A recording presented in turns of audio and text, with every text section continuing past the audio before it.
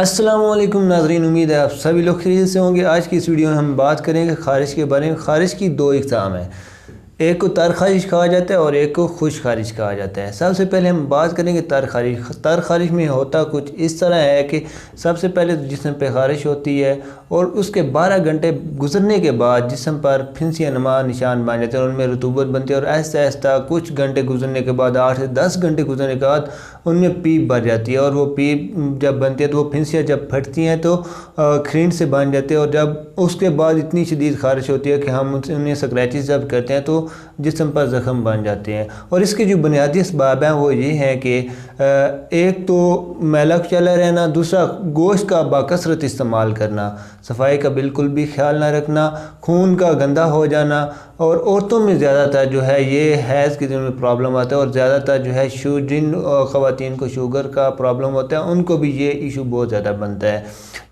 तो इसके बाद मैं बात करूँगा खुश खारिश के बारे में। खुश खारिश हया की होती क्या है, इसमें ये होता है कि इसमें फिंसियाँ नहीं निकलती लेकिन खारिश बहुत ज़्यादा होती है, लेकिन एक मकामी मखसूसा पर होती है। अगर आपके बाजू पे खारिश स्टार्ट हुई तो आपके बाजू पे रहेगी, लेकिन इसमें ये ख़ास बात है कि ये खारिश आहिस्ता आहिस्ता बढ़ भी जाती है और इस खारिश में भी कंडीशन काफ़ी ख़राब होती है। इतनी ज़्यादा शदीद खारिश होती है कि जिस्म पर स्क्रैचेस पड़ जाते हैं और आहिस्ता आहिस्ता ज़ख़म भी बन जाते हैं, इतनी ज़्यादा खारिश होती है।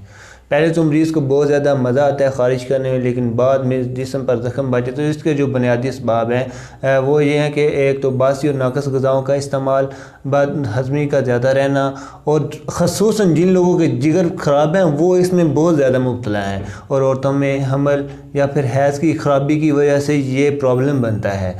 आपने बिल्कुल भी परेशान नहीं होना, इसका इलाज बिल्कुल मुमकिन है।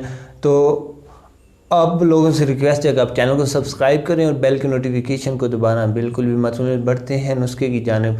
सबसे पहले आपने लेनी है गंधक, जिसे गंधक आंवला सार भी कहा जाता है, और आपने लेना है काफूर और इसके साथ आपने लेना है सरसों का तेल। आप कड़वा तेल भी ले सकते हैं अगर आप बर्दाश्त कर सकते हैं, आपने इतनी हिम्मत है तो आप कड़वा तेल भी ले सकते हैं। स्पेशली ख़ास तौर पर आपने इस चीज़ का ख्याल रखना है कि सर्दियों में आपने जो है इसको लगा के आपने धूप में बैठना है और गर्मियों में तो वैसे ही गर्मी बहुत ज़्यादा होती है तो आप जो है गर्मियों में तकरीबन इससे आपने लगाना है और लगाने के 2 घंटे बाद आपने नहाना है। बनाने का तरीका मैं आपको बता देता हूँ। जो गंधक और काफूर होगा आपने इसको बिल्कुल बारीक पाउडर की तरह बना लेना है और आपने इसको तेल के अंदर मिक्स करना है, उसके बाद आपने लगाना है। और साथ में मैं आपको एक लिक्विड बताने लगा हूँ, मुस्तफ़ीन लिक्विड है करशी वालों का, आपने ये यूज़ करना है। इंशाल्लाह इसके इस्तेमाल से 1 हफ़्ते के अंदर अंदर मैं गारंटी देता हूँ, अल्लाह पाक ने शिफा देनी है, 1 हफ़्ते के अंदर अंदर 50 से 70% खारिश ठीक हो जाएगी। जिनको काम है उनकी इंशाल्लाह मुकम्मल खारिश ठीक हो जाएगी। आज की इस वीडियो को लाइक करें, चैनल को सब्सक्राइब करें और बेल के नोटिफिकेशन को दबाना बिल्कुल भी मत भूलें। नेक्स्ट वीडियो में एक नए नुस्खे के साथ आपसे मुलाकात होगी। अल्लाह हाफिज़।